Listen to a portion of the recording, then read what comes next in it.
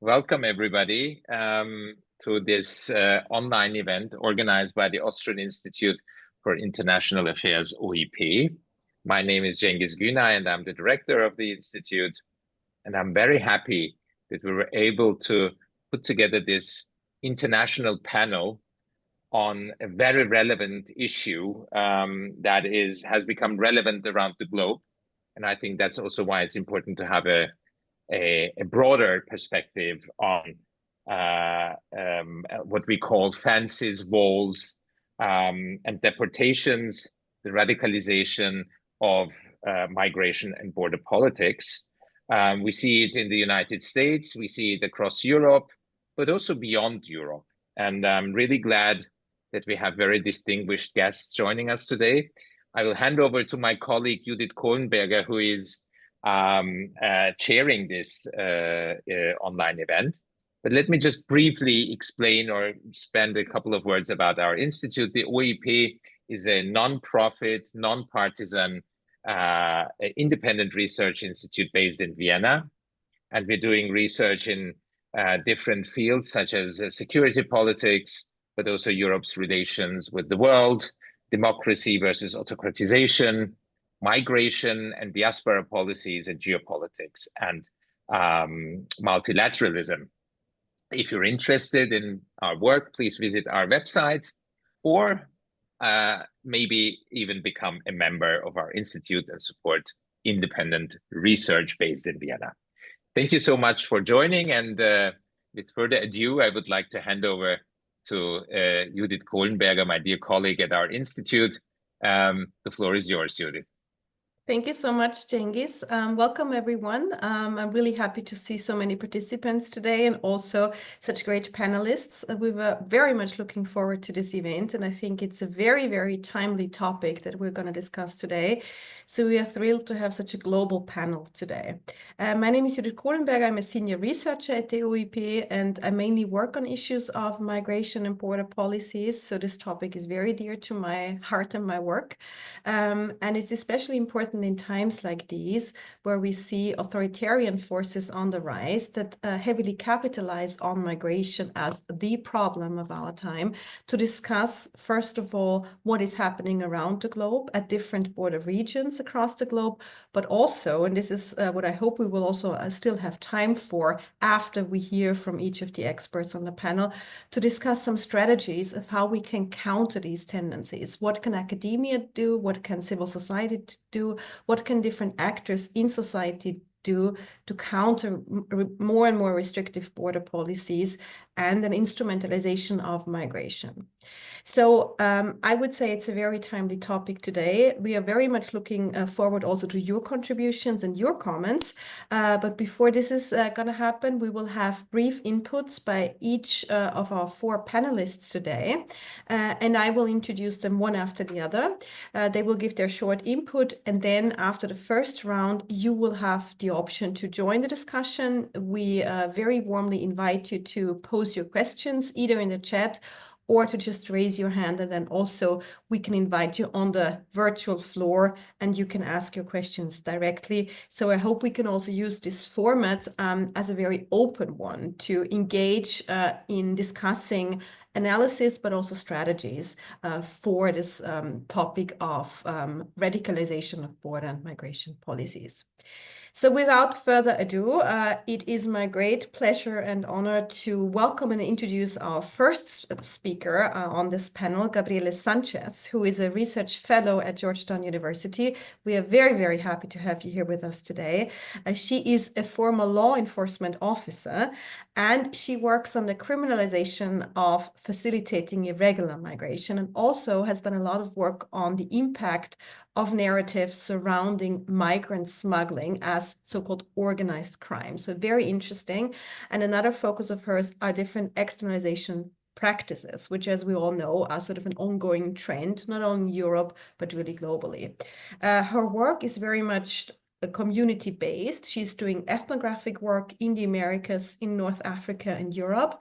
And her approach to migrant smuggling is a radical form of care. So she says that this also needs to be a critical departure from mainstream academic, but also policy engagements on migration control. And very interestingly, she lives on the US-Mexican border. And so her presentation and talk today will provide us some very timely insights on what is going on in this border region now in the second Trump administration. Have things changed? Or haven't they? So we are really looking forward to your input, Gabriela. And once again, thank you so much for joining this panel today. No, thank you, Judith, and thank you so much for the invitation. I'm very excited, and I'm also very worried because this is the first time after I just came back from field work. I do live on the U.S.-Mexico border. I live in the city of El Paso. Right in the center. If you draw a line on the US-Mexico border, it's right in the middle. But for the last 4 weeks, I was actually, traveling around the entire border, along with other, esteemed academic colleagues, Luigi Achilli, Aflam Shimlali, who have been also writing quite a bit about smuggling, border externalization, and some of these dynamics. And in the context of the executive orders, right, that were signed in January by the person at the White House, we've seen a lot of changes in terms of, or rather, before I even talk about changes, I think the executive orders, created a lot of concern. I think several of us who live on the border, on the US-Mexico border, are very grateful about the fact that, so many of our colleagues have reached out to express concern about what is happening, showing, a lot of interest about some of the dynamics on the border. And while I think that the feeling, on the border is, while we are very grateful for the attention, we as collectively, in this case, also in my talking personally, I want to remind people that nothing of this is new. And many times I think that the distance or the visibility or the hyper visibility of many of those practices has made it look as they had never been there, as if they are completely unprecedented. And something that was very clear, during this last period of fieldwork along the border is that, people will tell you, like, well, deportations have always taken place. And I'm very happy to see that after the initial uproar over what the mass deportations were going to involve, people started looking more closely at the data. The fact that deportations were actually higher on their presidency of Biden and Obama, which was, to a lot of us on the border, was, it was even causing anxiety, when people were not looking at some of these numbers historically. Family separation, something that, of course, some of the cases that have being covered by the media, that express or that are some of these extreme manifestations of removal and family separation, are not new to migrant communities, especially, migrant communities throughout the entire country. Detention, same thing, so there's a very strong system that is facilitated by the existence of private contracts, that have allowed for the growth of many of these facilities. And, kind of as a side note on that, traveling down the border, it was very interesting to see that many of the facilities, many of the camps that have been built during the Biden administration were gone. So, which is pointing to, what a different kind of strategy that is happening. At the same time, I don't want this to sound as, everything is normal and we shouldn't be worried about what is happening here.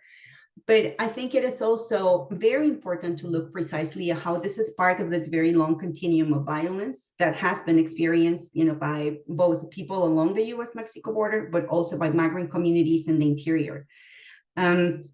Also on the border, something that is very noticeable is the increase in militarization.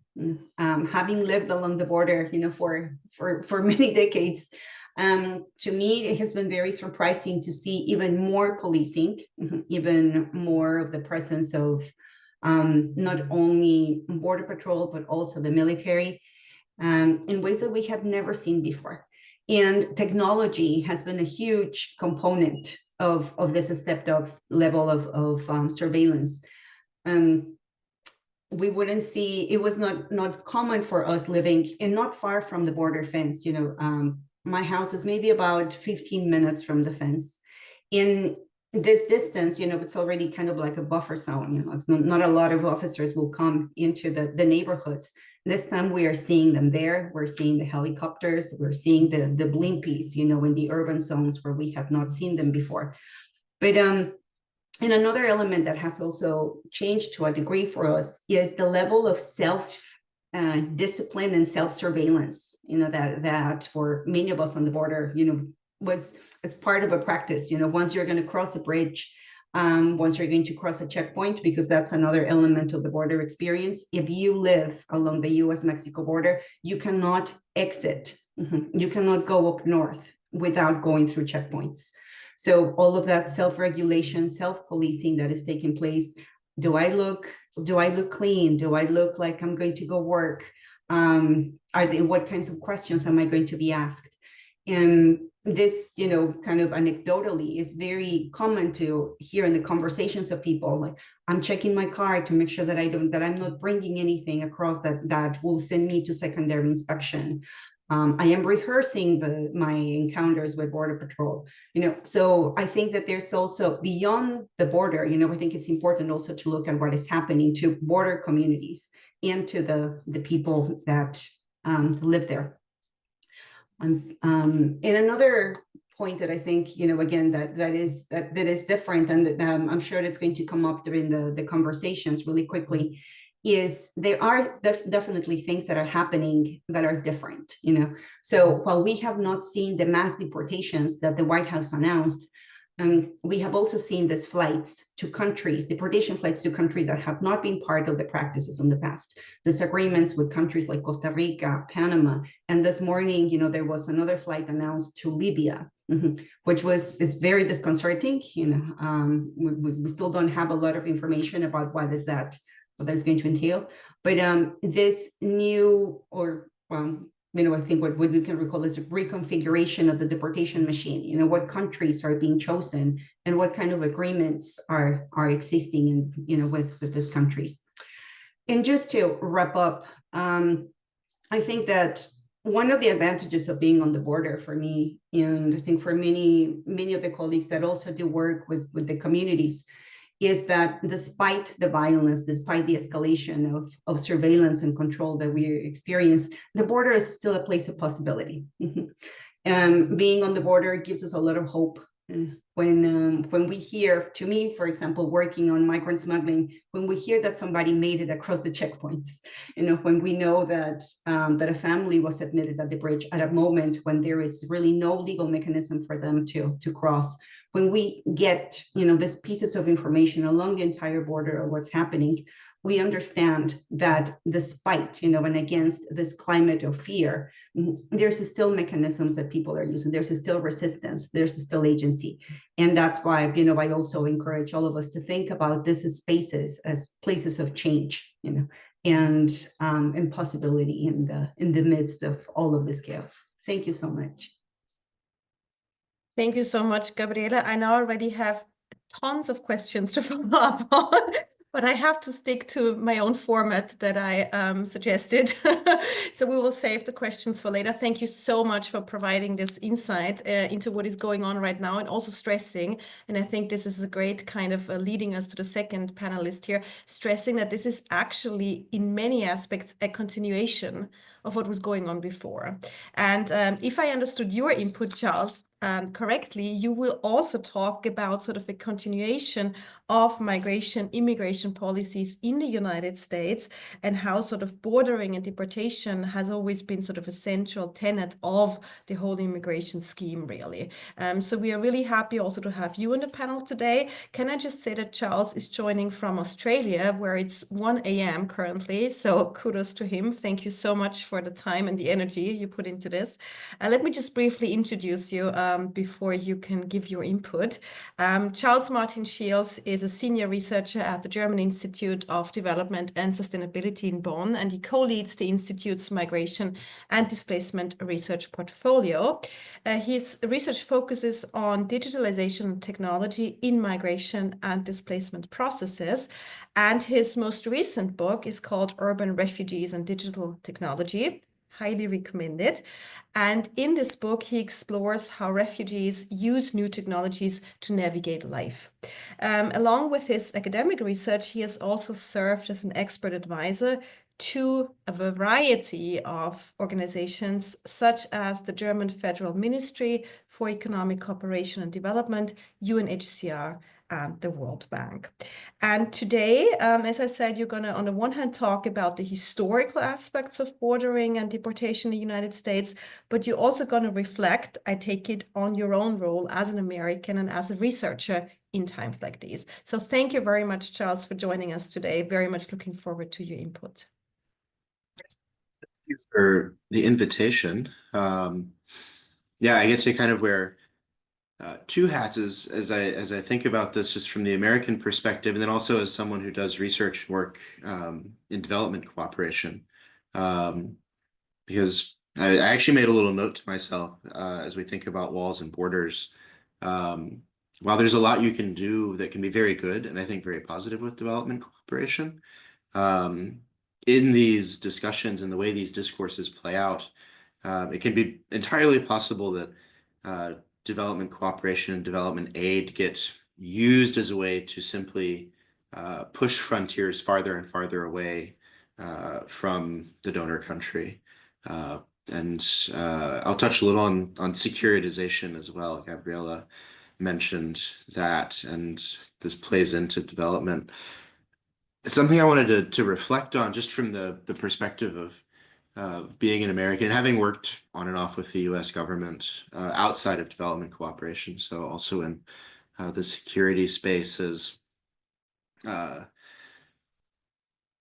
idea of deportation isn't new. And something I was thinking about, and this comes from my book, as I was thinking about the topic of this panel, was that kind of what we're seeing now is also the apogee or the apex of very longly, deeply embedded racism, xenophobia.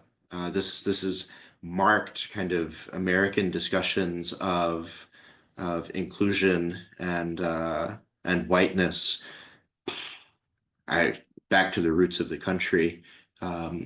If we talk about migration and immigration, you could go back to the 1880s where you start seeing things like the Chinese Exclusion Act and the implementation of quota systems that very often the quota was set based on Europeanness, whiteness, and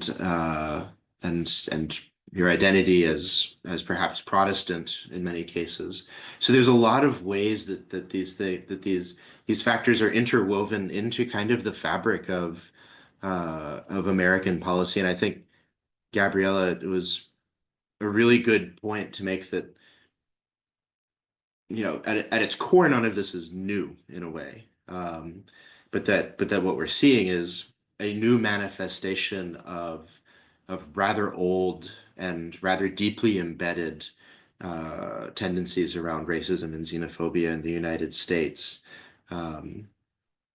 For development cooperation, something I was thinking about was the way that this weaves in. Now, of course, in the United States, we don't have a development agency in any functional way anymore.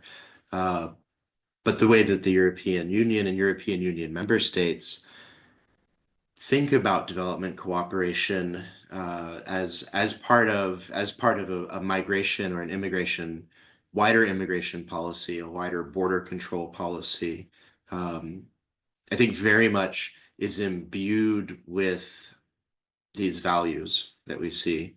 So the values around race and xenophobia.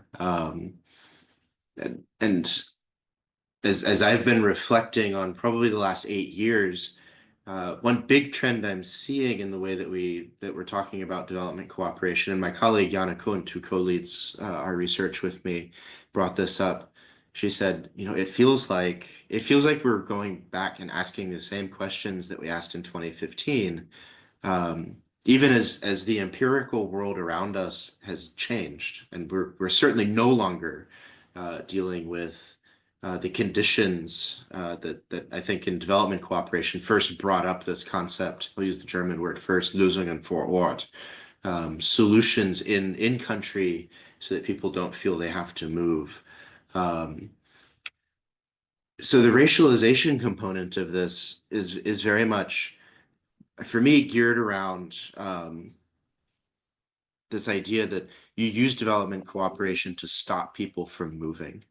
And I remember when I joined IDOS in 2017, that was sort of an underlying trend. I apologize, there's this ding. I was trying to get my computer to stop making this dinging noise, and I cannot find the thing that turns it off. So I apologize if that distracts a little bit. But yeah, this idea of fighting or pushing back against the drivers of displacement, the drivers of migration.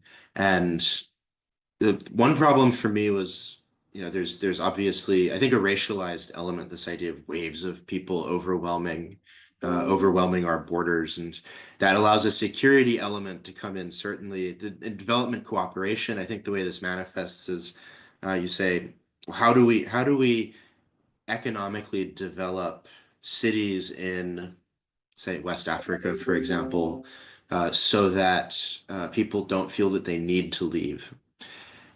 And I always found this framing as obviously problematic, in part because all the empirical evidence indicates people leave, people simply migrate. And indeed, as economic development takes place, as GDP per capita goes up, the likelihood that people migrate goes up. And I remember this was back in 2018, 2019, there was a bit of a freak out in certain sides of the German government saying, well, if we're doing economic development, it just makes people more likely to migrate. Should we not be doing it? And a few colleagues and I spent a lot of time saying that it doesn't really work that way. You can create the conditions that make it less safe, certainly. If you think completely around the prevention of movement, all you do is create a foundation that encourages, the evasion of legal pathways, the evasion of borders. So for me, as I was reflecting on kind of what do borders mean vis-a-vis development cooperation, I was really struck by how these conversations, and I think the racial and xenophobia, the racism and xenophobia embedded in them, overtly or covertly, kind of really shapes how we talk about development cooperation as something that offers people choice, increases quality of life, including the choice to migrate and do so safely, versus who and which countries get a kind of development cooperation geared around, we're going to do the minimum viable stuff to make life tolerable, so hopefully you don't leave. And I think these are two kind of ways of thinking about it that are back very much in tension with one another. I should say, in how I'm talking about this, I don't speak for IDOS. It's certainly not for the German government. These are personal reflections that we can kind of bring into the discussion. But they're not the only ones. And I have to say too, credit to the Development Cooperation Ministry in Germany. They do fund our research, and they do give us a lot of freedom to push back on these factors. And I'll just offer a couple quick thoughts from Ghana, Kenya, and Colombia, where we've done work. In Ghana, the willingness on the part of the German government and the Development Cooperation Ministry to work with IOM and to work with not only national authorities, but municipal authorities, because it is municipal authorities in these countries that end up bearing the load when it comes to providing reintegration services. People work in cities, and it is cities that provide the labor reintegration services. Right. And I will have to give credit that in the context of Accra, there is effort by the Development Cooperation Ministry to find ways to do this so that you do improve choice in life, you do improve conditions, as opposed to simply trying to make it so people don't leave. And I think this is reflected a bit in Kenya, seeing how bilateral relationships and bilateral immigration and migration relationships can be used. Yes, there was in the bilateral arrangement between Germany and Kenya, there were guarantees around deportation, but they also built in a recognition that there are highly educated Kenyans who work in sectors that Germany needs, and using development cooperation and the knowledge gained from development cooperation to understand, how do you recognize people's qualifications? What are the challenges for doing so in terms of integrating electronic recognition of these things? And then in Colombia, supporting things like the special protection program, special protection status for Venezuelans, and Germany and USAID, when it operated, were involved in that. And I thought this is a real example of, yes, there is space, and there is often willingness when that space is available to make the humane choice and to use these tools in a humane way. But you have to make that choice. That is a political choice. So I'll leave it there, and I look forward to questions and to the discussion. Thank you so much, Charles. There was so much in your input, and I hope that we will find some time after our first round on the panel here to talk a bit more about this development migration nexus and how increasingly development aid, as you just mentioned so correctly, is mainly used to keep off people, right? And to make sure that they're not coming. Also, all the evidence points to the opposite. And so this linkage of economic and development cooperation in order to make people stay, despite certain adverse conditions, is certainly something that has moved to the top of many political agendas of many governments worldwide. And you mentioned the German government. I can talk for the Austrian one, where it's a similar connection, but we also see it globally. So thank you very much for putting this other aspect of migration control via well-meant development aid on the table. And now I think this sort of leads us to move closer to the European context. And it is my pleasure to introduce the third panelist of today, Sophie Reichelt, who is a very dear colleague of mine. And she is also a researcher at the Austrian Institute for International Affairs. And she's a coordinator of the Austrian Annalind Network. Her research focuses on forced migration with a particular emphasis on refugees' labor market integration in European host countries, as well as political border work of civil society organizations. And she's actually going to present us very timely results from a recent field research that she did in the Spanish exclave Melilla, which is, as you might well know, because the pictures of this enclave have been widely circulated in the media, also to suggest militarization and securitization, enclosed by a very high fence on both the Spanish and the Moroccan side. And it has become sort of a hotspot of European border policies, and also, I would say, of the militarization of borders. So we are very much looking forward to your input, Sophie, and I understand that you will also be sharing some slides for us to follow along. So please, the floor is yours. Okay, now I just have to unmute myself. Yeah, thank you very much for the invitation, and thank you, Charles and Gabriela, for your insights.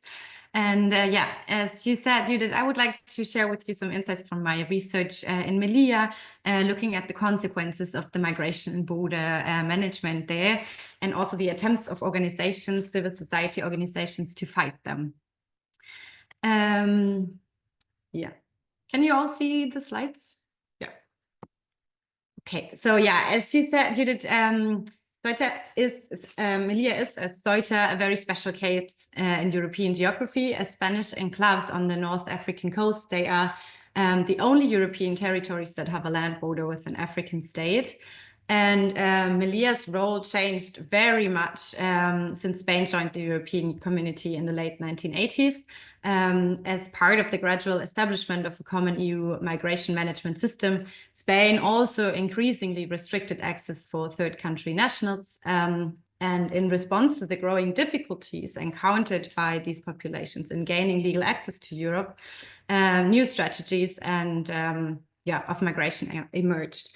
And by the beginning of the 1990s, the since then so-called irregular migrants arrived almost daily at the Frontera Sur in Spain.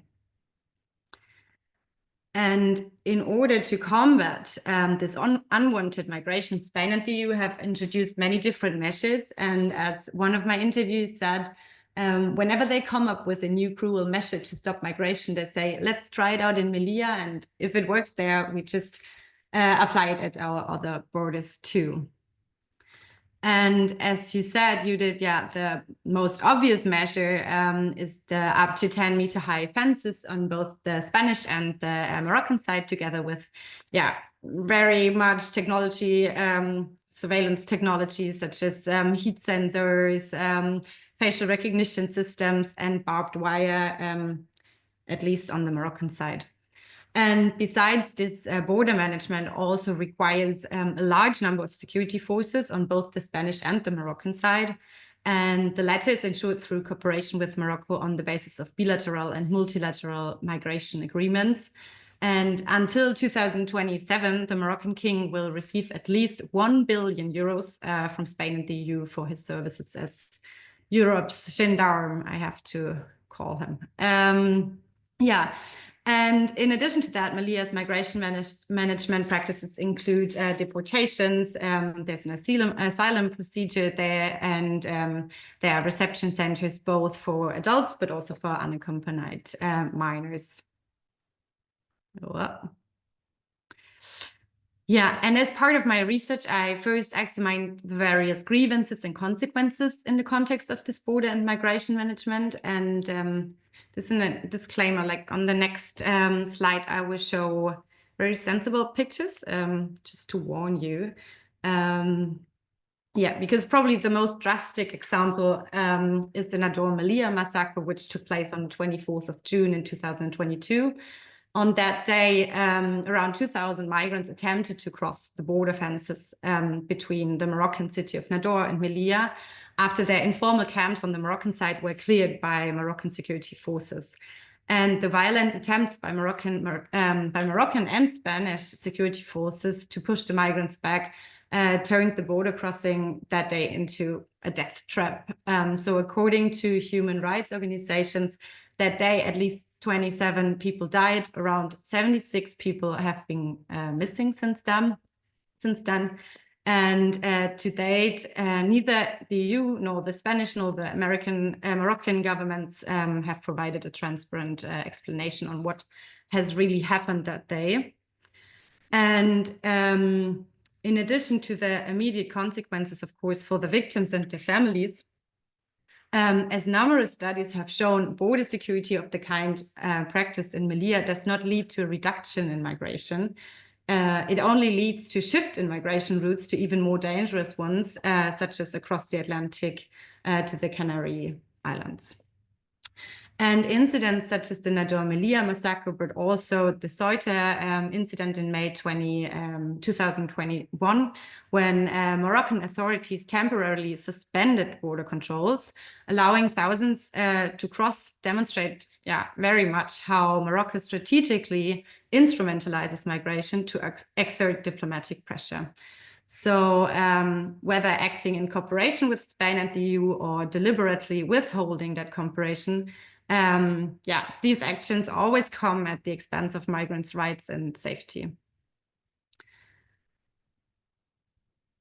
All right. And yeah, in addition to that cruel tragedy, repeated practices of illegal pushbacks have been reported in Melilla, as well as illegal or irregular asylum procedures.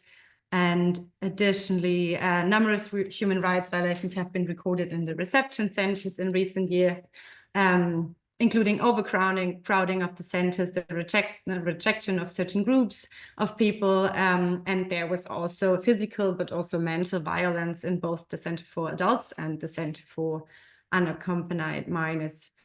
And last but not least, irregularities in the documentation of migrants are very common, and they pose very huge problems for those affected. Besides these grievances and consequences, I also looked at the question what third sector organizations such as international NGOs or local NGOs, IDOS, migrant and church associations, as well as advocacy organizations are doing to tackle these grievances and consequences. And I also tried to find out how successful these activities are. And in fact, there are numerous activities, including humanitarian activities such as psychosocial support or provision of food to migrants living on the street, with which they ultimately fill the gaps that are created by border and migration management. And there are also various forms of indirect advocacy that aim to raise awareness of grievances and mobilize public support, such as collecting and disseminating information and then publishing it in press releases or human rights reports. Also, there happens a lot of assistance to migrants with legal proceedings, and they organize many protests and commemorative events, especially after the 24th of June. For instance, organizations organize Spain-wide protests. And some of my interviews said that it's actually nonsense to talk to decision makers about the grievances or the things that are happening. And in contrast to that, one of my interview from SEA, which is the organization that provides legal advice at the reception center in Melilla, said the following. So he said, he thinks that organizations can bring about change, but for that it is important not to constantly demonstrate and work against the authorities, but to sit at a table with them and to discuss what has to be changed. And along with this statement, several direct advocacy activities are being implemented, such as negotiations, as I just said, with authorities and decision makers. But SEA and the UN Refugee Agency, for instance, also organize trainings for Spanish authorities on asylum and refugee issues. And furthermore, there exists very strong cooperation between organizations in Melilla and beyond. And one very important cooperative strategy, I'd say, is the passing on of information. And for this, there are three different cooperation formats I'd like to emphasize. So one is the Mesa de Protección. It's a meeting for all interested organization, which was initiated by the UN Refugee Agency 2 years ago.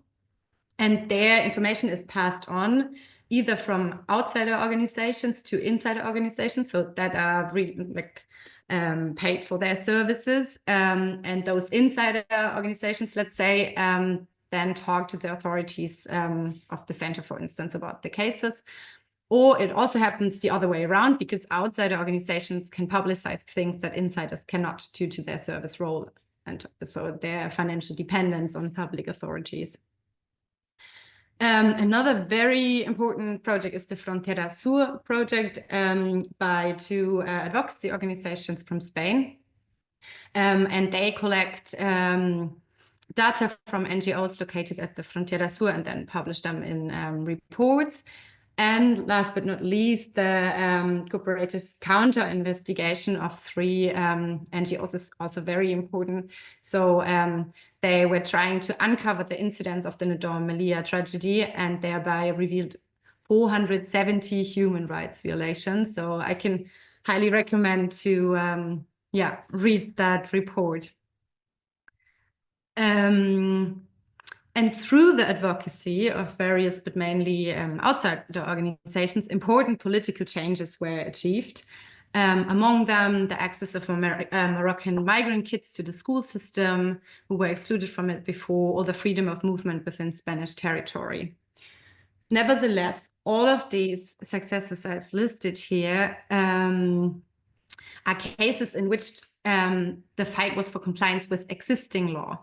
So it was not about demands aimed at radical change. And two of my interviewees commented on this as follows. So one said, we fight our way from case to case. That works. What doesn't work are structural changes. And that's the big criticism I keep having in Melilla. And my interview from the Spanish NGO Iridia painted an even bleaker picture. So she said that we are now in a context of absolute normalization of violence at the border, and that at the end, no one cares when rights violations are exposed. And yet, I would like to finish my statement, and I would like to argue that advocacy of third sector organizations, despite facing very strong anti-migrant and racist sentiments emanating from EU policymakers and parts of European society, are of utmost importance for exposing systemic injustices and enabling meaningful, if sometimes only small scale, but still improvements in the life of migrants. Thank you. Thank you so much, Sophie, for this really valuable insights into your fieldwork in Melilla. And I think it's so nice that you ended or tried to end on a positive note or outlook on what can be done and what strategies can be adopted for political border work, for advocacy, for passing on and sharing information, which I would like also to dive into more in our discussion round. But before we get there, it is my great pleasure to welcome the fourth and final panelist to the stage, so to say the virtual stage, Mert Cangönül, who is a PhD candidate in political science at the University of Amsterdam and Koch University. And his dissertation that he's working on examines the everyday implications of border surveillance and inequalities within the context of the Schengen visa regime. So again, I think a very timely topic. And here he focuses on how individuals and non-state actors engage in European borders and systemic inequalities through this visa application process. Mert's research has been supported by grants from the Scientific and Technological Research Council of Turkey, the Surveillance Studies Network, and the Amsterdam Center for European Studies. And his broader area of expertise include border and migration studies, critical security studies, surveillance studies, and inequalities. And so today, Mert, I take it you're going to discuss how the Schengen visa regime actually operates as a system of everyday bordering with implications beyond Europe's borders, implications that concern surveillance, but also different dimensions of inequality. Thank you so much for being with us today, and please, the floor is all yours. Thank you, Judith and Cengiz, for organizing this, and thanks for the previous contributors. They made my job super easy because they already set the ground in a very intelligent way. And maybe I can contribute to these fantastic insights through a different angle. So far, we discussed states' spectacular punishment techniques or spectacular discourses over how they securitize, how they militarize borders, how they punish people who try to move from one place to another. And what we often see in these cases is that states often use a sort of irregular mobility rhetoric, which basically refers to they don't deserve to come here because they didn't choose the regular paths of mobility. And I would like to question who deserves actually then, because it sounds like from a state perspective, it sounds like the regular mobility channels work properly. But I would like to put a question mark by looking at, by sharing some of the contemporary developments in the Schengen visa regime. So I would like to talk three different dimensions of the current Europe's current border regime in relation to visa and all this paper-made bureaucracy. The first development that we observed, especially since the mid-2010s, is the rising visa rejection rates. These rates tripled in less than a decade. And if you talk with a regular visa applicant, one of the main concerns that you would hear is that I'm really not sure whether they will accept my visa application or not, even if all my papers are like fine. I'm not someone that is planning to do something else. I just want to visit my friend, family, whatever. And when we look at the state discourse or state's way of legitimizing these border exclusions, we see that states often associate border subjects by accusing them as potential fraudsters or potential risky travelers who may do visa shopping or sort of planning to marry someone else. So what we see here is a sort of enforcement of profiling, especially against vulnerable travelers. And this has very much racialized, gendered, classed mechanism. And regarding profiling, what we also observe is that algorithmic profiling has been introduced in the Schengen visa system. And so far, only the Netherlands use it, but we observed that at the EU level, we observed that there is a growing interest in the usage of AI for profiling applicants through large and statistical analysis. And when we look at the Dutch visa operations, Dutch Schengen visa operations, we already see that the algorithmic profiling is being used, and recent leaked reports reveal that this algorithmic profiling is likely to cause discrimination against women and certain nationalities, especially from the Middle East and Africa. So this was the first point that I wanted to reflect on, the changing decision-making patterns at the state level. Another dynamic that is going on is the privatization of borders. And in the case of visa systems, we see that many states outsource their visa procedures to third parties, to companies. Some of them are quite known. I'm sure that some of you also know VFS Global, TLS Contact. These are companies that work on behalf of states, and on paper, they don't have any influence for the decision-making procedures, but they reshape the borders and the mobility conditions by adding extra financial costs for the visa applicants, creating confusions during visa application procedures, and perhaps equally important,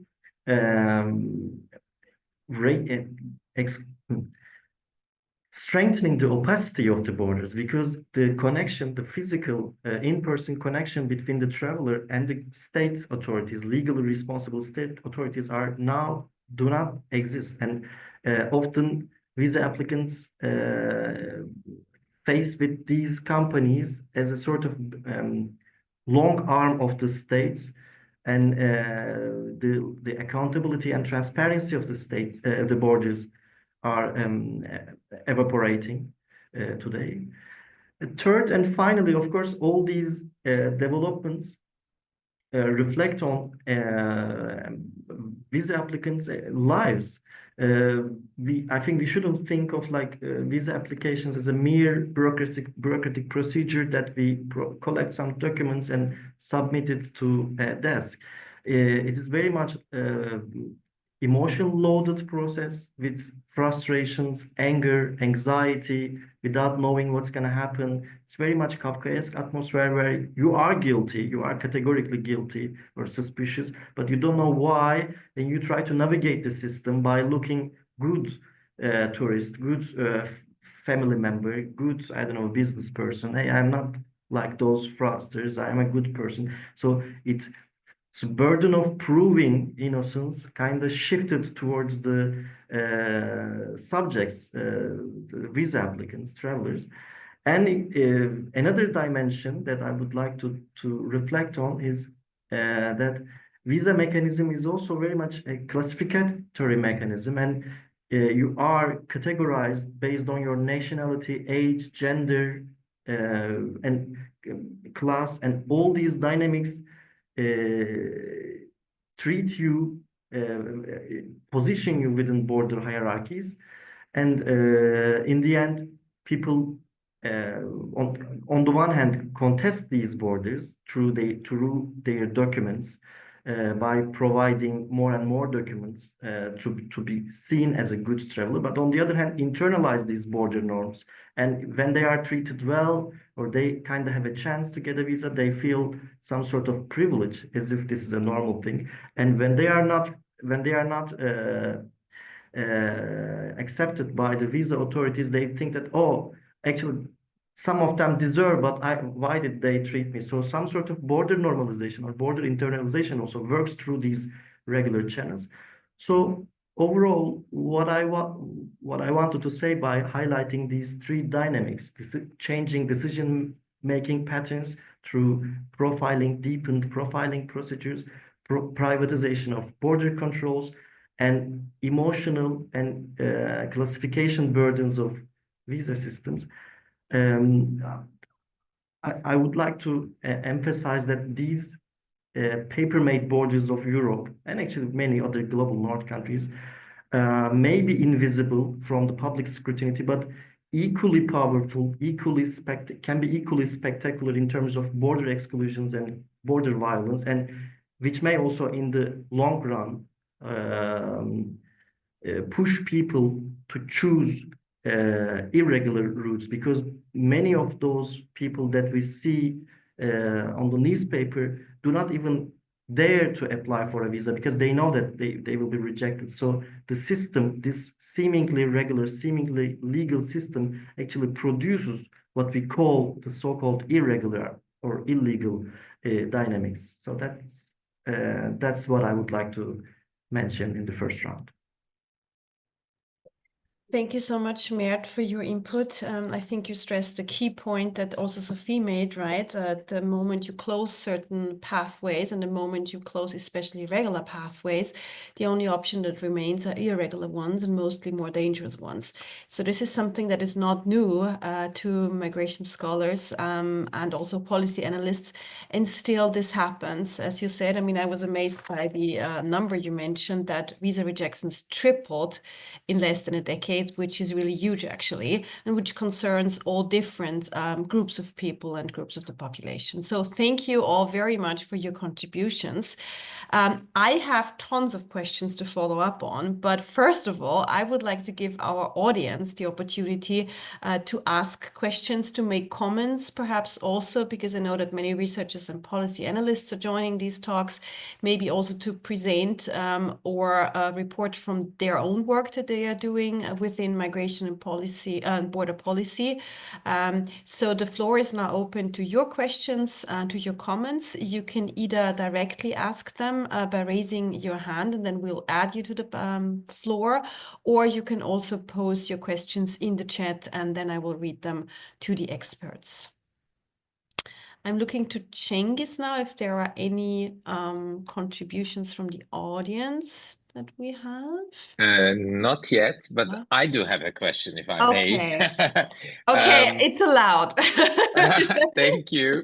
Mert, I know from friends and family in Turkey that there's basically a visa stop, you could say, that is something not really known to many people in Europe.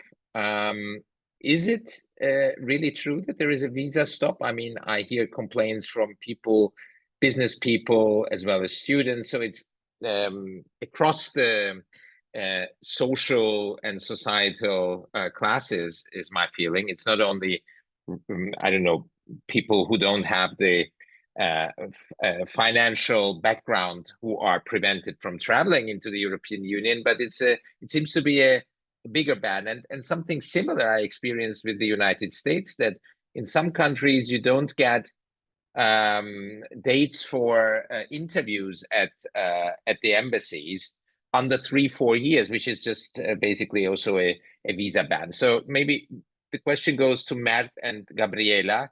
Is this the case, and for how long has this been going on, and based on what actually, and which countries does it cover? Maybe I can start by saying visa stop. I guess you mean visa bans, right? I mean, okay. I mean, officially there is no visa ban. Visa ban issue popped up in the Schengen visa context, mostly in relation to Russian nationals after the war, but not in relation to Turkish nationals. Or, I mean, in general, we don't see visa ban as a sort of strategy, at least officially. It is not circulated. But what we may call is a sort of practical visa ban. Maybe it's maybe a bit exaggeration, but in practice, this is what happens. If you would like to apply for a visa, for example, you have to wait for like minimum 2 months or sometimes 3 months just for an appointment, let alone the actual decision making and receiving your passport back, and then you can go to Europe. So visa applicants often complain about these scarcity of appointment slots, prolonging decision making procedures, which also takes sometimes 2 months, 3 months. So overall, I mean, if you plan to go to let's say an important event, you have to know that like 9 months beforehand so that you can arrange everything, which means that in practice, many people are often subtly discouraged by from visa applications. And also in the Turkish context, inflation and other dynamics also played a role. When it comes to visa rejections, which is also maybe another dimension of this sort of practical visa ban, because I said visa rejection rates tripled. This is the case in the Turkish context, but this is also the case in the global context. So Turkey follows kind of the global trend within the Schengen visa system. And so ironically speaking, visa rejections became very much democratized in terms of, I mean, everybody can get a visa rejection nowadays, which raise more and more dissatisfaction with the Europe within Turkish society, because nobody knows like why I am actually rejected. So, and this arbitrariness, this opacity within the decision-making procedures, in practice, yield more and like discourage people more and more by applying for a Schengen visa. So this was the long answer. The short answer, officially speaking, we can't talk about visa ban, but in practice, there is definitely a discouragement for applying for a Schengen visa. Really briefly, in the case of the US, the waits for Latin American countries have, and this is just for appointments, you know, and now you have to apply. There's a waiting period of about 6 months. And this is for people who already have a visa. So it's interesting, you know, listening to your conversation, because yes, there has never been like an official communication in terms of, you know, the suspension of visas. But there's also, you know, it's kind of like de facto system at play.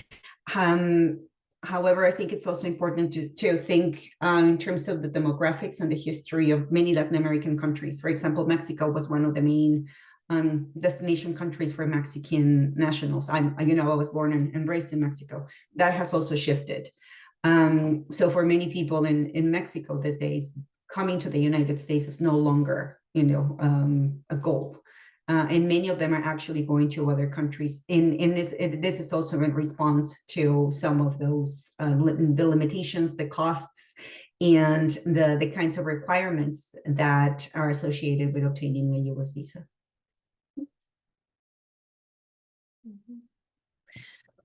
Thank you so much. Maybe I can follow up on what several of you actually mentioned. You stressed that none of this is really new.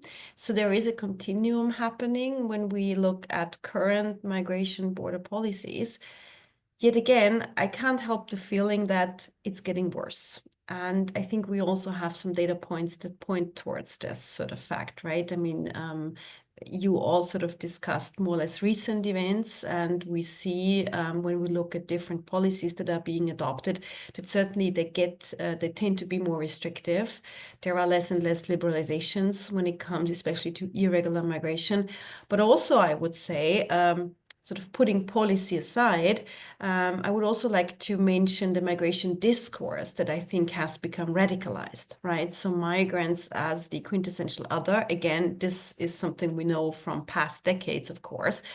But I do feel that there is a new tone, and I can only judge, or mostly judge, from the European context, where countries that have formerly been rather liberal, rather accepting of foreigners, or rather sort of also supporting of integration and welcoming, have moved sort of their overall rhetoric more towards the right. And this, I would say, goes hand in hand with the rise of authoritarian forces worldwide and with right-wing populist parties gaining more and more ground. So this is a question that is a very open one, directed to all four of you. How do you see this connection between a completely collapsed migration debate and the rise of authoritarian forces worldwide? And would you actually concur with this assessment that I just made, that yes, we do know many of these trends from the past, but there is sort of perhaps really indeed a new moment, or even indeed we have entered a new era of border control, militarization, nationalization, isolationism, etc. It's a very broad question, I know, but I think you are the experts to at least address it and approach it. So whoever wants to go first, I'd be really interested in your take on this. Yes, Charles, please go ahead. So one thing I might offer, because I wrote about technology, and I think technology in a lot of different ways plays a role. As you mentioned, does it seem worse? And why might that be? If I think back to what I wrote about in my book about deportations 100 to 150 years ago, I think one thing that might have been different was it was much harder to get to the US 150 years ago. So the idea of deportation was quite different. But the other thing too is that we didn't have airplanes. Like there was no way en masse to take people and send them to El Salvador, and do so within 12 hours. I think too, the way that social media, the way that the media landscape, not just in Europe, for example, so not just in European political debates, but the way that refugee and migrant communities themselves build these discourses, I think looks quite different. There is, I've seen it in my work in Kenya, for example, refugee communities are more, I don't want to say oppositional, but they do use digital technologies to advocate for their political inclusion, the political salience of their needs. And I think just the presentation of opposition and the space for opposition by marginalized groups who wouldn't have had a voice before, in a way, I think it maybe shifts the lens that through which people understand the severity or the contestation of borders and who gets to stay and who gets deported. Even if, and I've had conversations with my policy counterparts, where I'll say, like, honestly, the idea that borders are being overwhelmed is a bit of a phantom. It's a bit of a phantom argument. But it's a phantom argument that can be easily linked to how we perceive things differently now versus before. So I think, yeah, technology certainly makes things worse in terms of efficiencies. But I would also say too, the way that the media and social media and the way we consume information also creates a lot more opportunity for misunderstanding the degree to which these these things are taking place relative to, the measurable movement of people, for example.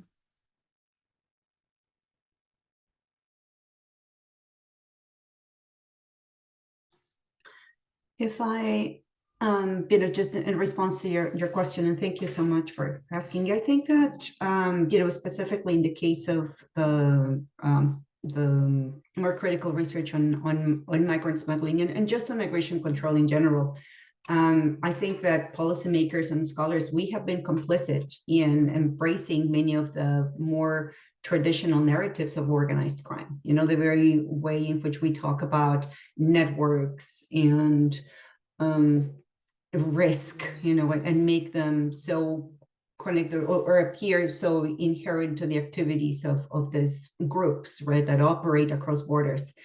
I think specifically in the case of North Africa and the work that we do collectively in North Africa and in the Americas, these narratives of the other, the criminalized other, have backfired, in the sense that they have been used precisely to create or to justify rather measures that are stronger and that definitely impact people. But for some reason, as academics and as policymakers, we continue relying on them.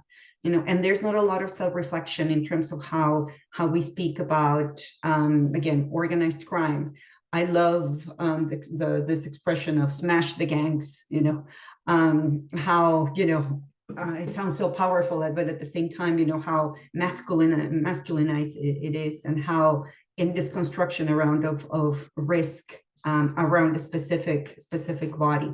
So I think in that sense, it's your question about the discourse involves a lot of self-reflection into how we ourselves, have adopted it and reproduced it, and how much of that has been integrated into policy and definitely practice.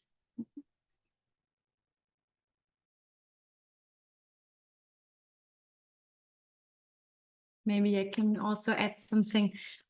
So I think what I learned, particularly in that research, is that for humanitarian organizations, it has become way worse to do advocacy. So one interview, for instance, told me that before 2015, when journalists or activists came to the border and took pictures of pushbacks, for instance, they were persecuted by the police, so they didn't allow them to do that.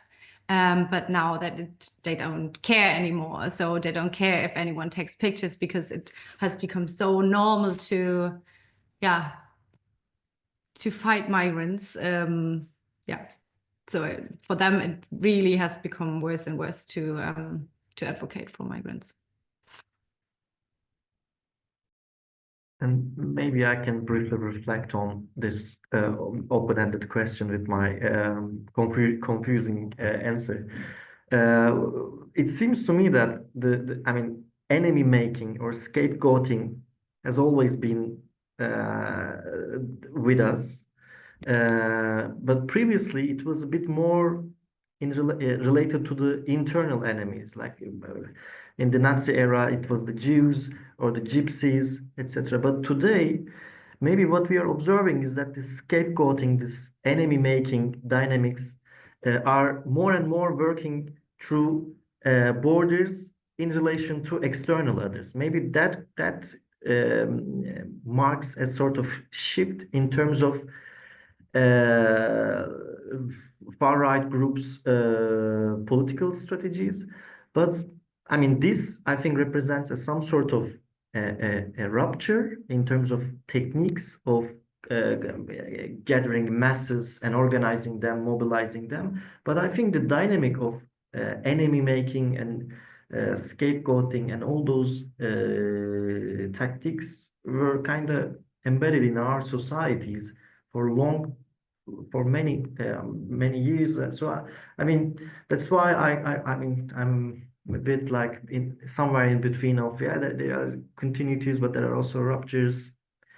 That's my reflection on what you said, what you asked. Thank you so much. Yes, it does feel like it's both kind of, right? We do see many continuations, but maybe also in some regards, things have moved towards the extreme, towards a radicalization of language, a radicalization of discourse, of rhetoric, but also of policies, you could argue. I mean, we talked a lot about fortification, for instance, and we know for a fact, I mean, there is a lot of empirical evidence that now worldwide we have many more border walls and fortified borders than during the Cold War. That's a fact, right? So here we see that things are, in inverted commas, getting worse and worse. You know, there is this trend towards nationalization. But on the other hand, and this is now what I would like to do in the next round on the panel, there are also remedies. There are also actions that can be taken and that are taken. You mentioned some of these already, by civil society, by NGOs, by humanitarian organizations. Gabriele, I'm very grateful for you that you mentioned the role that academia plays, or academia could play in a sort of more positive sense. So I would also like to know more about this. So my second question, again, directed to all of you, and I come with many very broad questions today, but I think this is owing to the very broad topic and the fact that there is so much to discuss when we talk about migration. So my second question to all of you would be, what can be potential responses from different actors and sectors of society to address this militarization, fortification of borders, and to address an increasingly negative discourse on migrants, as Mert said, as the other, as scapegoating the external enemy? You mentioned some of these strategies already, but perhaps in the second round on the panel, we can discuss more sort of this action taking, what can be done in times like these. I feel that this is a focus that we are prone to lose because everything feels so overwhelming, especially when we look at migration. But of course, there are still, I think Gabriele said that, the border is a room of possibility. You know, there things are happening there, and things can happen in a productive, positive way. And I would like to explore these ways in more detail now. So whoever wants to go first, please do so.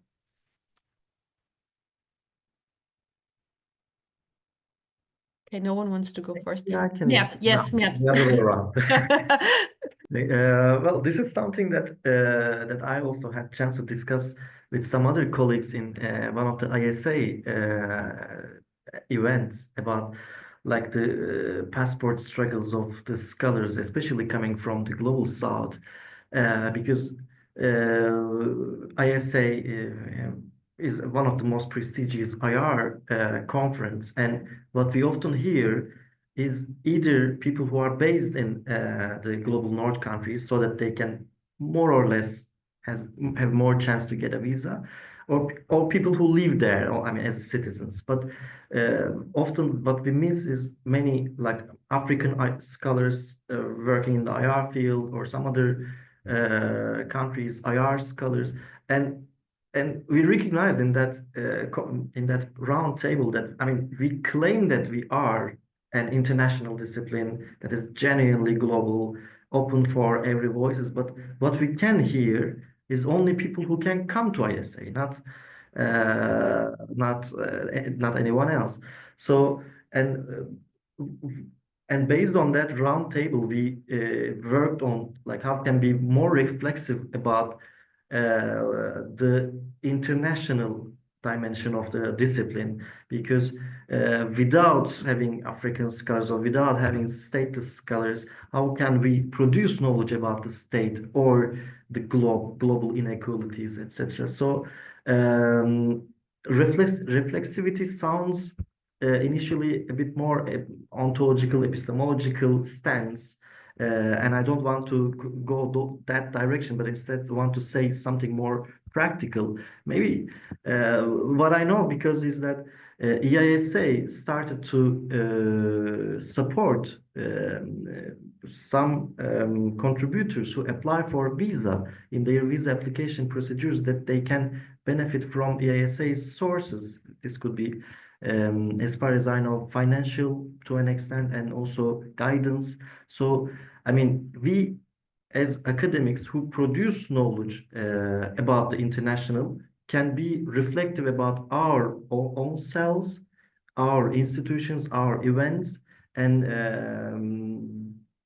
then we can both produce good science and do justice to the world that we live in. That's so maybe reflexivity not as an abstract epistemological stance towards science, but something that encourages us to take action towards the people that we see or that we can't see, might be something to think about. That's my point.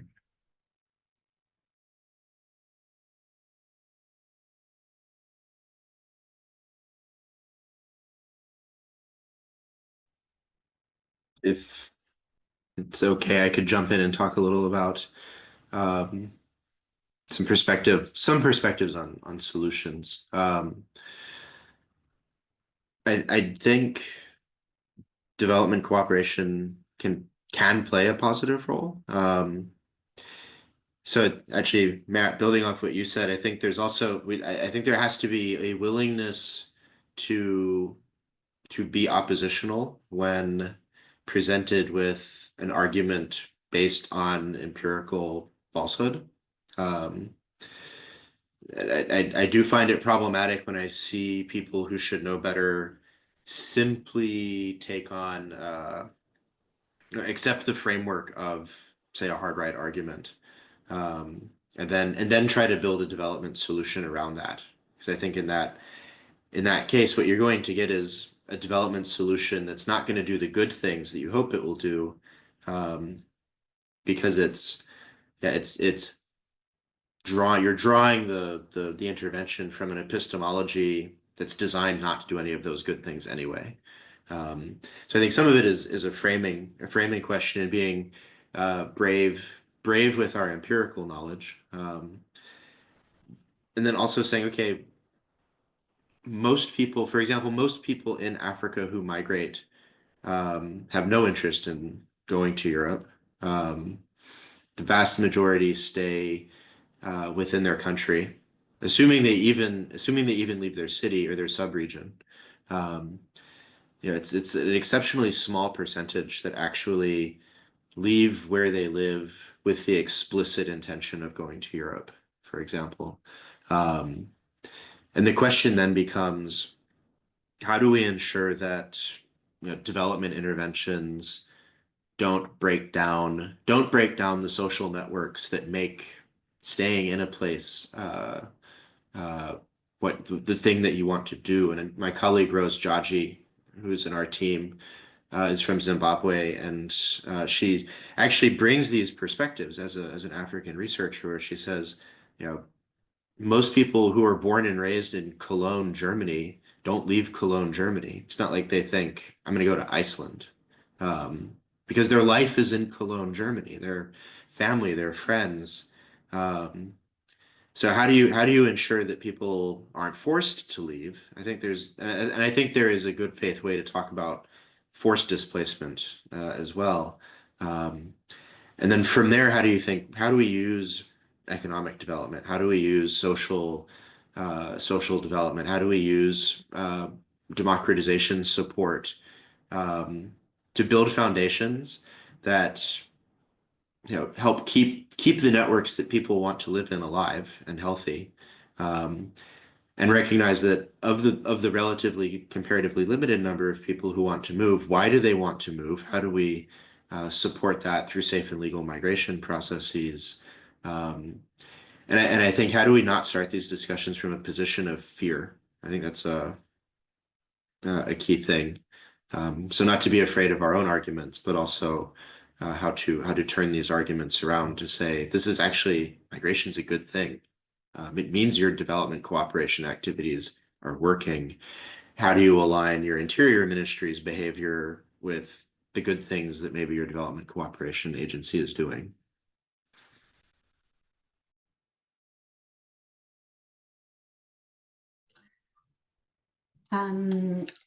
I was, taking notes and listening to both of your comments. I was thinking, right, like, should we go to all of these conferences? I stopped going to conferences a long time ago. I never go, because I don't have the resources, and I think they are incredibly, oriented, for another it's another pathway, you know, that actually I don't think that is really conducive to collaboration, but actually, you know, just separates people and allows them to go into more of the silo. So I think, you know, that's, I keep thinking about that, you know, how do we rethink the conference circuit? And about the question, I also thought a lot about something that I've heard for many years. And in fact, I've said that myself in, you know, living on the border and being on the border. In Charles, going back to what you said, like, do not start arguments from a position of fear. On the border, we often hear like the wall is not the problem. Mm-hmm. And, you know, because that's you know, everybody comes to see the wall and the fence and you know, the architecture of fences. And I'm not saying that it is not, that the border architecture is not lethal or that it doesn't have implications, but I think that the excessive focus only on those elements already, you know, eliminates the ability for all of us to engage and to think more critically and more creatively about what are other ways to think about the future. One of them, going back to, you know, what can we do? I think that people on the move, people on the migration pathway have already showed us a lot of the things that they can already do. You know, I think, but our conversation typically involves just us. As I mentioned, you know, I think that, you know, demographically, some of the changes are leading people to go to other places and to explore other activities. You know, again, in the case of Latin America, many people are no longer coming to the United States. Most of the migration, you know, in South America remains within South America. We know that, despite all of the excessive emphasis on jungles and deserts and crossing, you know, the wall and the fence. So I think that looking into those spaces that are not necessarily part of that have not been necessarily part of the analysis of the conversation is important. And also we keep talking about the communities and the people, but they are still not necessarily reflected in our research. Where, you know, are we reproducing, or do we continue reproducing these hierarchies of my subjects, my, you know, my places, my research, you know, of going to, and how can we actually work with the communities and work at reducing, you know, a lot of those barriers? I think is also important as researchers. Thank you.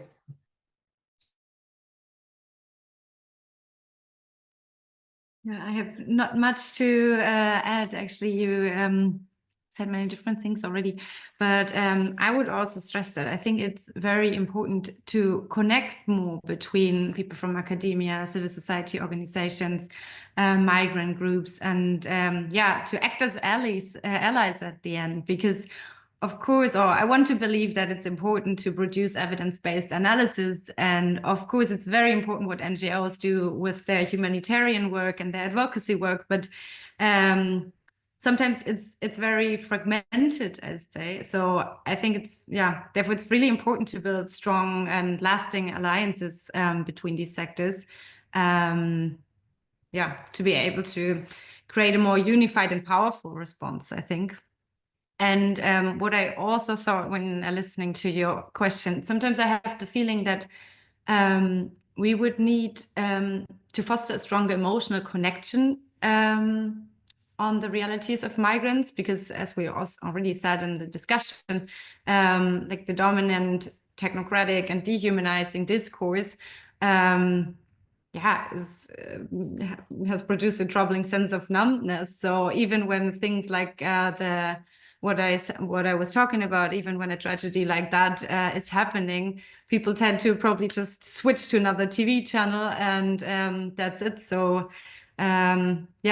either that way, or for many, migration is just associated with fear and threat. So I think we must somehow try to rehumanize migration. And maybe this could be done by more public storytelling, also art initiatives, media, cinema, whatever. So to try to create a feeling in society for what migrants are living in their daily life. Yeah. Thank you so much, everyone. Yes, so we mentioned, I think, some pathways that we could go down and some strategies that could be adopted, like you said, Sophie, at the end.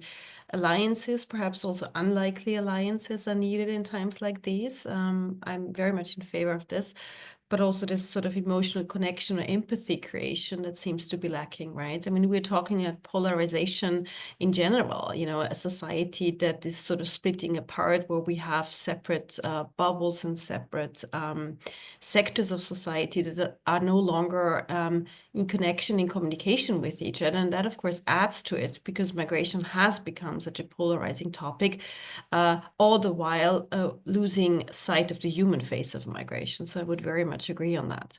I saw that there is a comment in the chat which says, and I'm going to read it to you: the solution of migration government should come from global north and global south, especially from the experience of cities.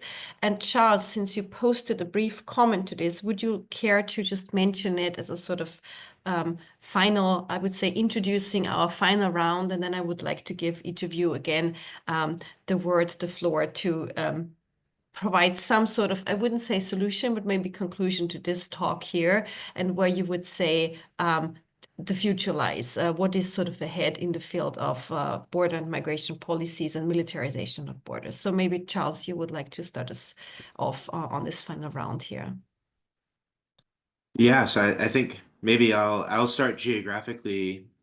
If we imagine Europe's borders as the borders of debate, I'll start geographically from the farther point from them, on this point of cities.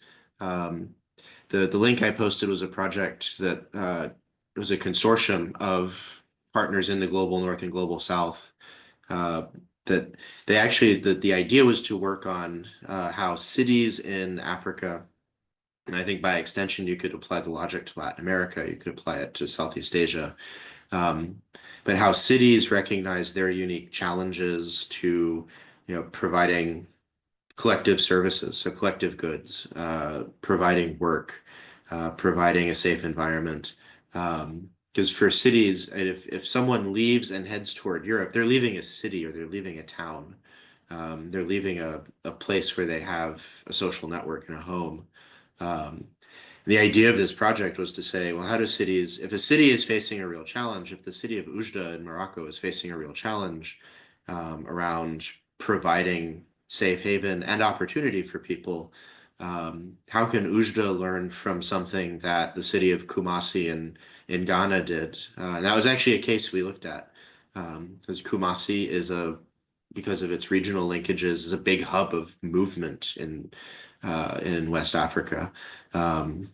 So for me, if I think about how do you reduce some of the background pressures that drive these border and militarization debates, and find solutions that don't rely on pushing back and extending the borders out into Africa.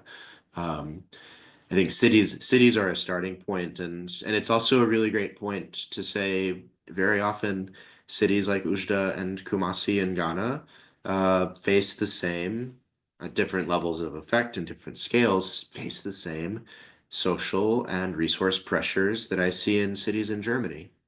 Providing integration services that gets dumped on cities by the federal government.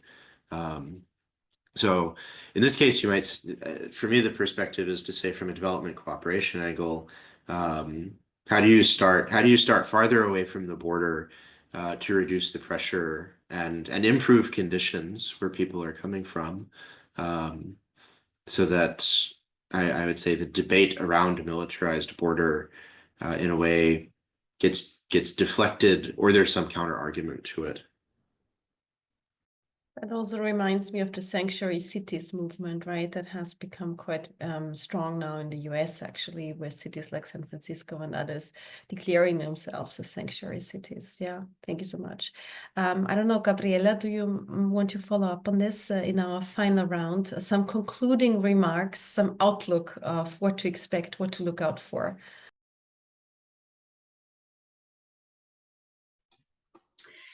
I think that there's going to be more of this, kind of unexpected practices, unexpected in the sense, at the same time along this continuum of violence. I would again come back to these spaces that we often ignore. And to look at more of the practice to the practices that make sense to the people.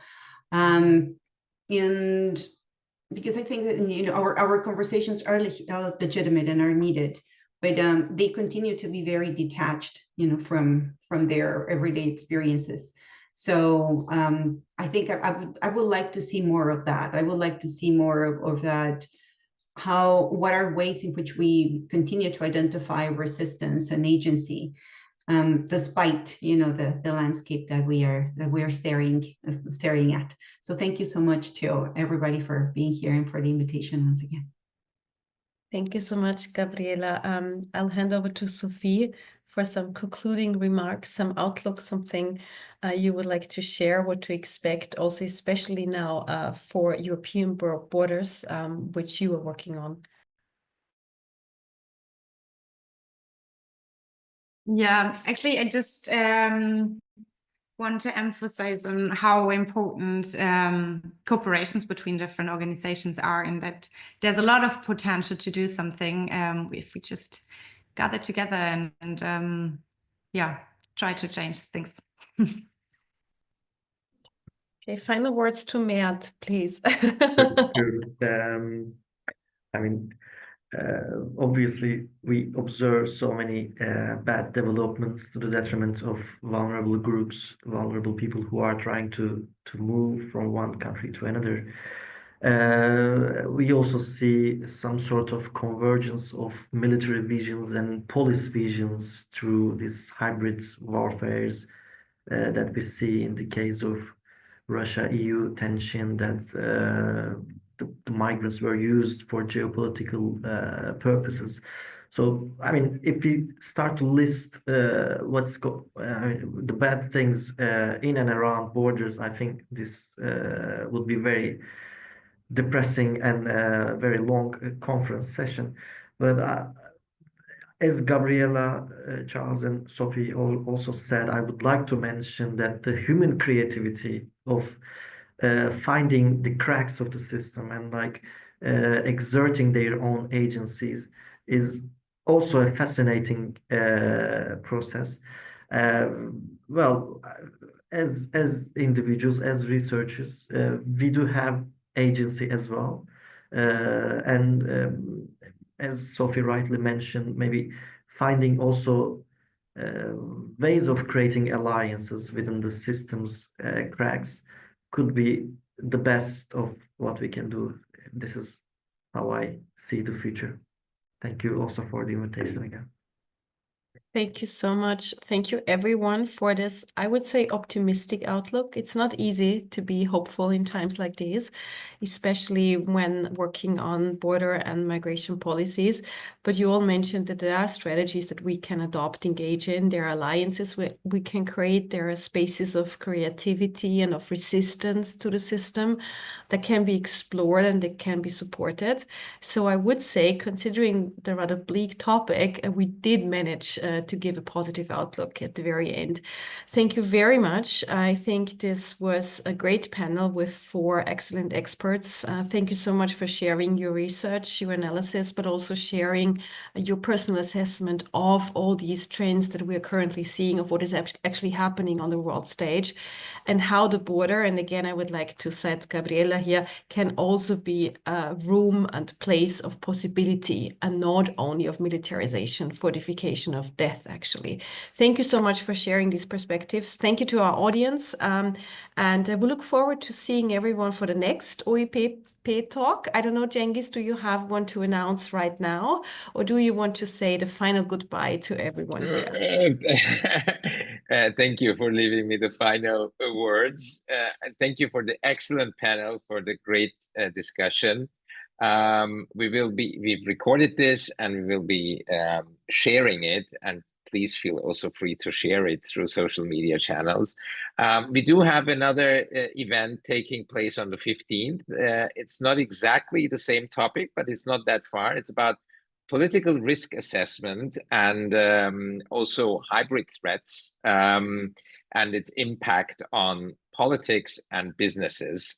You're all invited to follow our many activities and hopefully also join some of them. Gabriela, and all of you, of course, you're invited to our summer reception. But as I know that Gabriele happens to be in Vienna at that time, I'm really looking forward to see you in person there, hopefully. Thank you so much. Have a nice evening, and let's stay in touch.